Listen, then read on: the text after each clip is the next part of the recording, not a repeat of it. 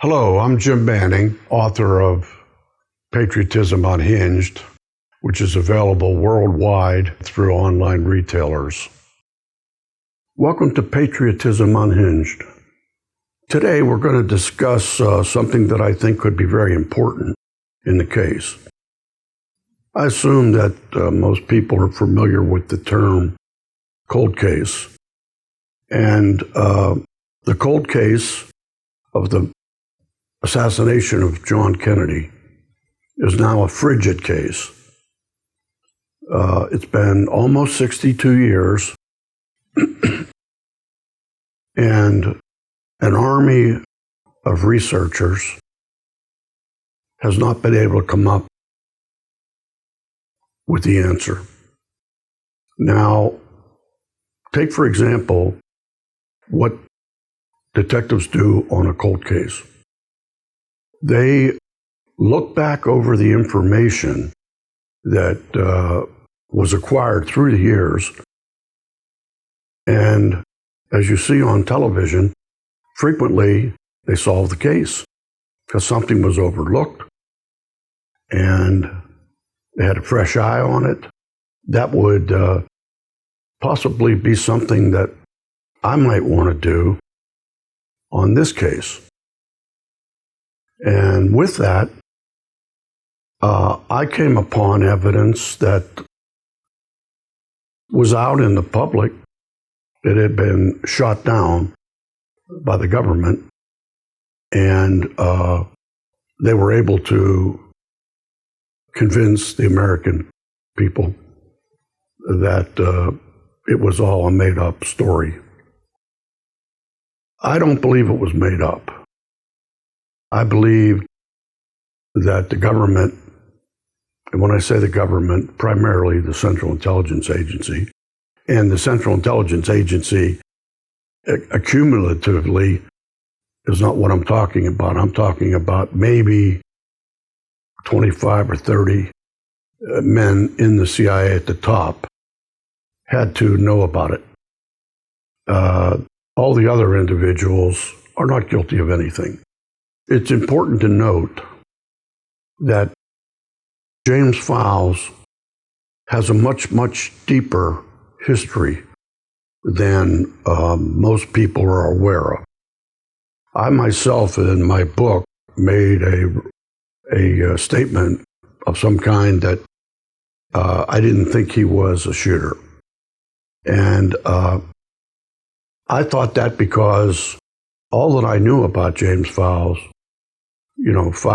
up till 5 years ago, was that he was a driver for Charles Nicoletti, and not of great importance. However, after I studied him for quite a while, I found out that he was a CIA agent mercenary for 28 years. And whatever it is that he tells us, we want to at least listen to it with the idea that what if he is just coming clean now? It happens that way with a lot of people that were in trouble. I think back to Jim Mars. One of the things that always stayed in the back of my head was that Jim, who I admired immensely, wrote several books, spoke on the subject frequently. But this one thing that stuck with me was he said at the end of a book or at the end of a talk, he said, "The one thing that bothers me is I can't get Jim Fowles out of my mind." After the years that he studied it, to say that, I had to look deep. I had to look deeper. And what I found was very shocking. Anyway, as we get back to the relationship between Fowles and the outfit, what do we know about Fowles getting started? I heard a researcher making criticism of him because how could a guy 17 or 18 years old, be sent to Laos and be in charge of be in charge of American guys that are going to be fighting. And and while that's a good question, I think that you ought to have an answer for it. Now, when he got to Laos, he was put in charge of a small group of Americans who did not have ID cards, they didn't have uniforms, and they didn't have dog tags. So they weren't supposed to be easily recognized as Americans. They were led, their commanding officer was Fletcher Prouty. Now you all know that name. Well, anyway, there was a skirmish, and Fowles was in charge of the Americans, and a Laotian officer was in charge of the Laotians. And of course, they were fighting on the same side, but because of language problems, each one had to direct their own team. During the skirmish, several of the Laotians got scared, apparently, and ran back. A few of the Americans saw that, and they also ran back. So when their skirmish was over and everybody was back together, the Laotian commander asked for the fellows that had run to come up to the front, and they did. And he unceremoniously executed both of them. I can only imagine that Files is thinking, what do I do? And so he's never told me this, but I've come to the conclusion that he probably did the same thing. He probably killed a couple Americans who ran. Now, Fletcher Prouty, we all know, would never have approved that. And so he was court-martialed. That's what he was court-martialed for, I believe. I have no records. I don't have any proof, but I believe that's what it was for. He was sent back to the United States to a military psychiatric facility. Now, I don't know how long he was at that facility, but I know that he was visited by David Atlee Phillips.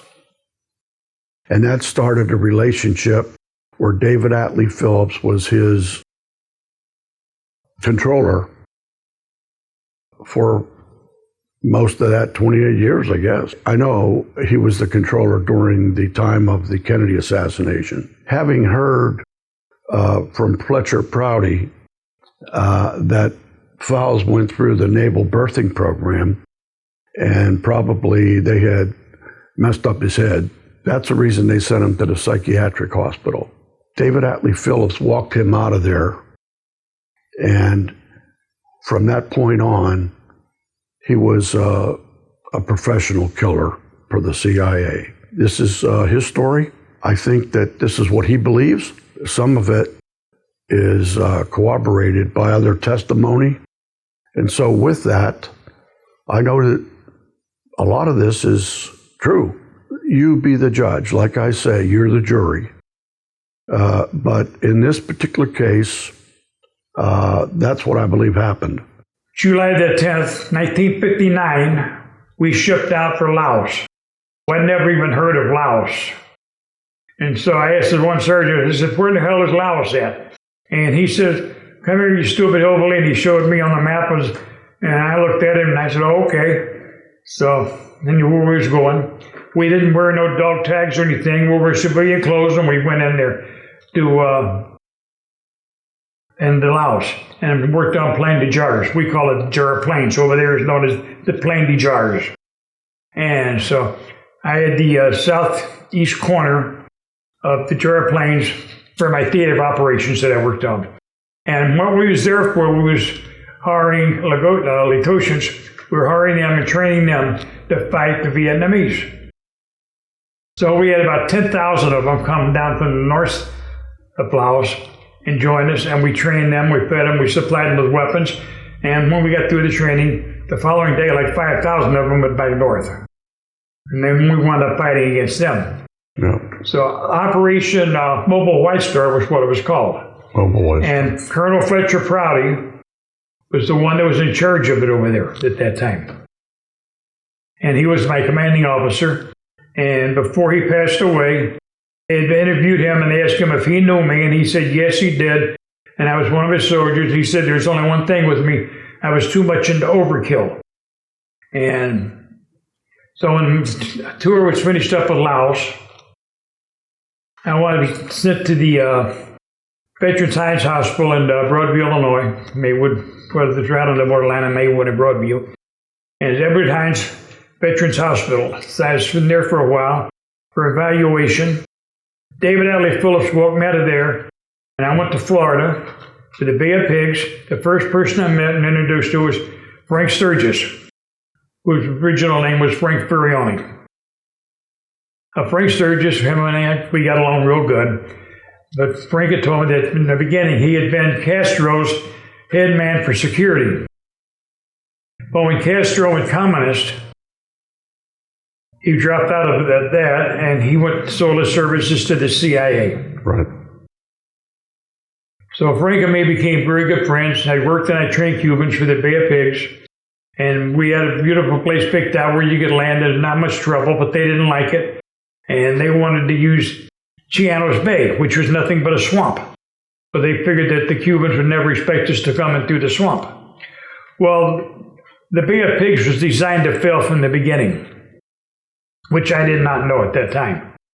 And I didn't find out the truth until 1977. But anyway, I was trained to work with a lot of the Cubans. I liked them, respected the Cubans, and we did a lot of work together.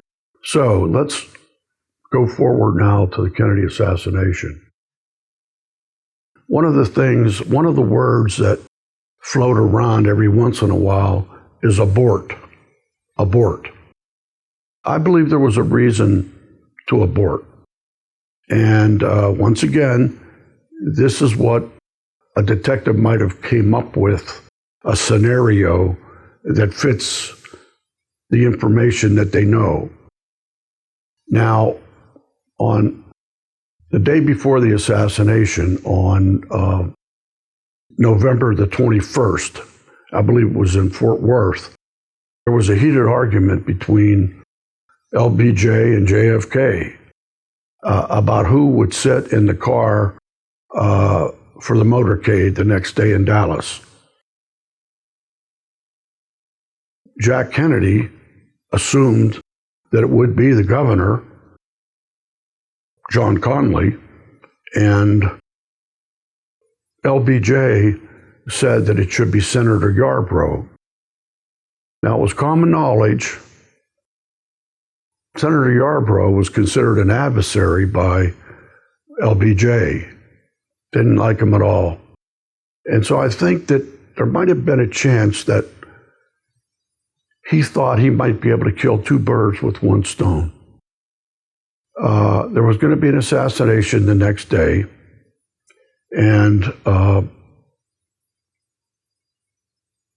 maybe two people could be killed. And with that, he was pushing to have Yarborough sit in front of Kennedy. Now we know that LBJ had a personal hitman, Mac Wallace. Everybody knows he killed Mr. Kinzer. He was arrested. He was tried. He was convicted. And 11, I think, of the 12 jurors wanted him to have the death penalty. But instead, the judge gave him 5 years and put him on probation. He walked out of the courtroom. Now, a murder in Texas that would almost certainly in those days be a death penalty case just went away. So that shows you the kind of local power that LBJ had in Texas. Now, as we move on to the next morning, the 22nd, at Love Field, after their plane landed, there was another, even more heated argument between LBJ and JFK about who was going to sit in the car. I believe that LBJ probably may have even taken Senator Yarborough up to Jack and the car and said, Senator Yarborough will ride up here with you. And Jack said, whatever he said, he didn't agree. And he thought that for purposes of seniority, who would be higher would be the governor. And so with that, I think it threw LBJ into a real...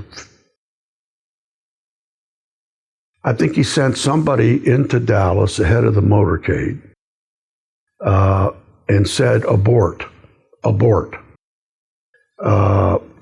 This message was given to Johnny Roselli.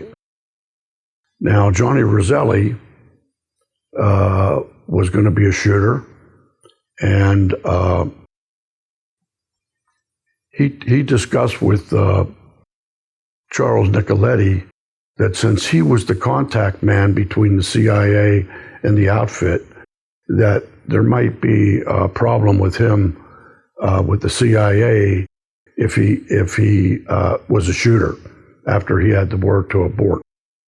And so with that, he withdrew as a shooter, and Nicoletti thought about it for a couple of minutes, and then he said, I think I'll ask Jim Fowles if he will back me up. And that's how Mr. Fowles was selected at the last moment. His job before that was just to drive down about a week ahead of time with all of the guns that they have, they use, different style guns. In the car were compartments for rifles. They had compartments for SMGs, which small machine guns, and also had a few grenades. He spent a week down there learning the lay of the land in terms of roads and which way to go, and if that wasn't available, another way, and so on and so forth. So it was on short order that Nicoletti said to him something to the effect of, would you have any problem with backing me up? And he said, no, sir, whatever you want. He picked out his spot. He asked him, where would you be? And he said, I think I'd be up on that little hill over there. And he said, well, okay. He said, now, I don't want you to take a shot. I don't want you to take a shot unless you know that he hasn't been hit by the time he gets there. He went, he got set up, and being a professional, he knew that if you don't have a perfect shot, you don't take it at all. And he had the perfect shot. The Kennedy assassination, they've been talking about so many shooters there, but they added so many shooters that I figured that it was almost impossible because these guys couldn't even hit the limo, let alone anything else. They hit the sidewalk, the grass, the street. Yeah. And that's not a shooter, believe me. And a shooter is somebody that does not take a shot and hope he gets lucky. Right. A shooter is someone, if he doesn't have the shot, he doesn't take it at that point. Right. A shooter only shoots when he knows he's got the target and it's going to be a success. And Charles Nicoletti was firing from the second floor of the Dow Tech building in the corner office. And he had a straight shot down Elm Street. And he kept missing. And I was counting not 1, 2, 3, 4. I was counting miss. And finally I was fixing to lose my fill of fire. I took the shot, and I used a .221 Remington Fireball when I took the shot with a 3-power scope. And I hit Kennedy in the right temple and blew the whole back of the head out. And if you slow the film down on the Patriotism, you can actually see the stuff coming out of the back of his head. Yeah. And in the back of on the one book that Robert Clayton Buick wrote was called Assassination. I designed the cover copy for that book, was an oil painting I did of Kennedy with a watermelon head, with the head blown apart, with the stuff that came out of the back of it. That's the way I seen it. It looked like a watermelon being blown apart. And if you'd ever shot a watermelon to test range, you know what I mean. Yeah. So Other than that, I was the shooter on the Grassy Knoll, and there's not too much after that. And Charles Nicoletti shot in the Dow Tech building, and I became the second shooter that morning, according to General Lansdale. He wanted me as the backup shooter because I did work for General Lansdale, and I did operations with him, and he knew I didn't miss. Mm-hmm. And I usually have what I shot at, or I didn't take the shot. And so... Do you want to speak a little bit about you drove down with the guns in your Impala? Yes. The Impala belonged to Charles Nicoletti, and he gave me his Impala, asked me to drive it down there, carried the guns down. We kept a storage of weapons at the old Valley plant on Belmont Avenue, where they made the Valley pinball machines. Because I went down there and I had no idea whether it was going to be close up, long range, or whatever would be shot. So I carried various weapons down there with me. And I threw the fireball in there just in case. Only two people at that point knew that I had mercury rounds made up for the fireball. One was George Calora, which is known as the Wolfman. He made the mercury rounds for me. He made 6 of them. 5 or 6. Anyway, I put them in the case with the gun, and we had those there. And so when Lansdale decided Johnny Roselli was going to be the backup shooter, but he was asked to step down from the backup shooter because he was in the same room with Chuck. That room at the Dow Tech building was reserved a couple of weeks in advance because they said they was going to redecorate it. They moved the people in that office out. They went in there, they put the tarps down, they put up the scaffolding so they could paint inside the walls, the ceiling, and the whole shop. And they got everything done. They locked the room up and they kept it there. That room was like reserved for the assassins, for Chuck. It's not that I picked out the room that morning, but Chuck asked me, where do you think would be the best place to shoot at? Chuck used me as a sounding board a lot. And I said, that building right there. It's a Dow Tech building. I said, probably your second, third floor would be the best. He said, okay. So, well, we got the second floor. They had that room reserved before I ever even went to Dallas. Mm-hmm. And so he asked me, where would you be if you used to be my backup? Now, from the outside. And I said, I would be up there on the Grassy Knoll behind the big fence. And he said, okay, good. That's when he explained to me Johnny was not going to be the backup shooter. I would be the backup shooter. And Chuck had told me, don't fire unless it's a necessity. He said, you only fire if I don't get a good headshot. And the word was we wasn't to hit Jackie or anybody else. Okay. That was it. And when I was fixing to loose a field of fire, and I've been counting miss. When Jackie was going to be in the line of fire, right before that, I took the shot. That's when I hit Chuck. I hit GFK in the right front temple, blew the back of the head out. Because the mercury round was a high explosive round. Right. Along with that, I would like to ask you what your opinion would be. The footage was about 88 feet. Was measured later. It was 80 feet. I figured it was about 80 to 90 feet was what I thought it was. Okay. And like Wolfman had told me, he had slowed the round down some to about 3,180 feet per second, so it would not explode there in the air with the friction, because the friction wouldn't make the round explode. Right. The only person that they found fingerprints on the 6th floor of the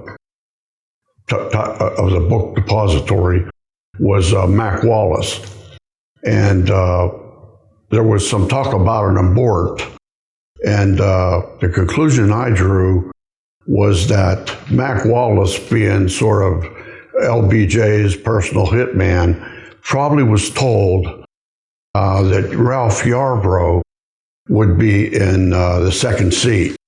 But when they got out of the airplane, Kennedy demanded that it be Governor Conley. And so there was no way that he could get a word to Mac Wallace. But I think Wallace was shooting from up there, maybe, and was told to shoot that guy because he was LBJ's #1 enemy. Mm-hmm. And I think that's the reason Governor Conley was hit. Would that make any sense to you? Well, it would make sense in a way. But what didn't make sense was Mac Wallace ejected the shells, and he had 3 of them side by side, spaced equally apart and even. And you know yourself, you could eject 1,000,000 times then, and you would not get 3 shells to line up that way. Right. As far as I'm concerned, Mike Wallace up there is to plant the weapon and to plant the shells on the floor. For years, I believed that they took the 3 shots just up in the air, so the people down on the ground would say they came from up there, because that fit what the play was. And Mike Wallace had to, if he was shooting, he had to rifle out the window, and it was not Wallace. I mean, it was not Oswald, because in the back of my book there, Primary Target, we have a copy of the actual police report on the paraffin test, and you know what a paraffin test is. Yes, I do. And it showed that Lee Harvey Oswald did not fire a weapon that day at all. Right. And the only nitrous in his hand was when we was out by Mesquite, and I was test firing the weapons and calibrating the scopes on them. That Lee was picking up the brass, and he had that in the palm of his hand. I see. We're going to show you a picture today that you've never seen. Guarantee it. And this picture is a picture of a man who's also an investigator in this case, who has a Remington fireball. And this picture, it goes along with what Lee Bowers told Mark Lane, that his attention was brought by a flash of some kind, and then a gunshot. At the time of the shooting, in the vicinity of where the 2 men I've described were, there was a flash of light, there was something which occurred which caught my eye in this immediate area on the embankment. And what this was, I could not state at that time, and at this time I could not identify it, other than there was some unusual occurrence, a flash of light or smoke or something, which caused me to feel like something out of the ordinary had occurred there. In reading your testimony, Mr. Powers, it appears that just as you were about to make that statement, you were interrupted in the middle of the sentence by the commission counsel, who then went into another area. Well, that's correct. I was there only to tell them what they asked, and so that when they seemed to want to cut off the conversation, I felt like that was, as far as I was concerned, that was the end of it. Mr. Bowers, how many shots did you hear? There were 3 shots, and these were spaced with 1 shot, then a pause, and then 2 shots in very close order, such as perhaps almost on top of each other, while there was some pause between the first and the second shots. Did you tell that to the Dallas police? Yes, I told this to the police, and then also told it to the FBI, and also I had a discussion 2 or 3 days later with them concerning this, and they made no comment, other than the fact that when I stated I felt like the second and third shots could not have been fired from the same rifle. They reminded me that I wasn't an expert, and I had to agree. This picture is evidence of what Lee Bauer saw. He saw this flash, the same flash you're looking at. He didn't agree with information that the investigators were coming up with. He died prematurely in a very bad automobile accident several years later. Funny how that happens, isn't it? That would be one thing that, as an investigator, I would say would tie Jim to being the shooter. Nobody else was there with a Remington fireball except Jim. The one thing I'd like to clarify is the 222 fireball, the father of that was Wayne Leake from Remington. The 222 was invented before the 221. The 222 was a much longer shell casing than the 221. The 222 would fracture the barrel. Not blow it up, but it would fracture, which if you fired a few more rounds, it might blow up in your face. This here is a picture of what the fireball looks like. This is the 221. The 221 is a shorter cartridge, shell casing, and that is the one. The 221 is what I use, not the 222, the 221. 221. And so these are kinds of things that an investigator goes through in their mind to say, how would this affect this, and how would that be? And so generally, That's what I do sometimes. We are never going to have proof. We're never going to have proof. It's been 62 years. They've had 62 years to get rid of everything. It didn't take them this long. They got rid of it years ago. And I often wondered why people are waiting for this president to release and this president to release. What's going to be there that wasn't there before? I feel that ties him pretty good to being the man there.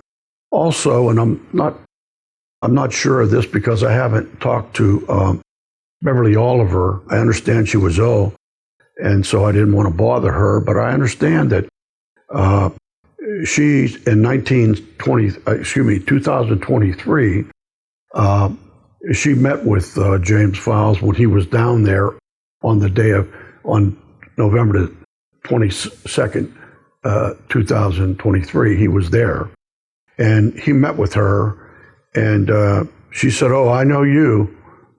I know you. I was looking at you." If that's true, that's an additional corroboration. James tells about the lady that was sitting in her car in the lot, eating lunch in her car.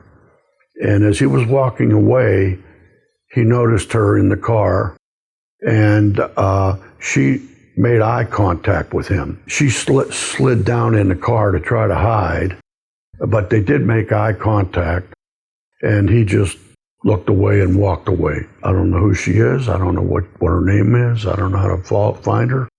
But if she were to be found and she's still alive, she could corroborate it as well. Little things that I believe or have come up with are possibilities. And they're better than most of the stuff that we've been hearing for all these years. These are indicators of putting the truth back together again and trying to corroborate everything. We want to know what you think, because you're the jury. You're the jury.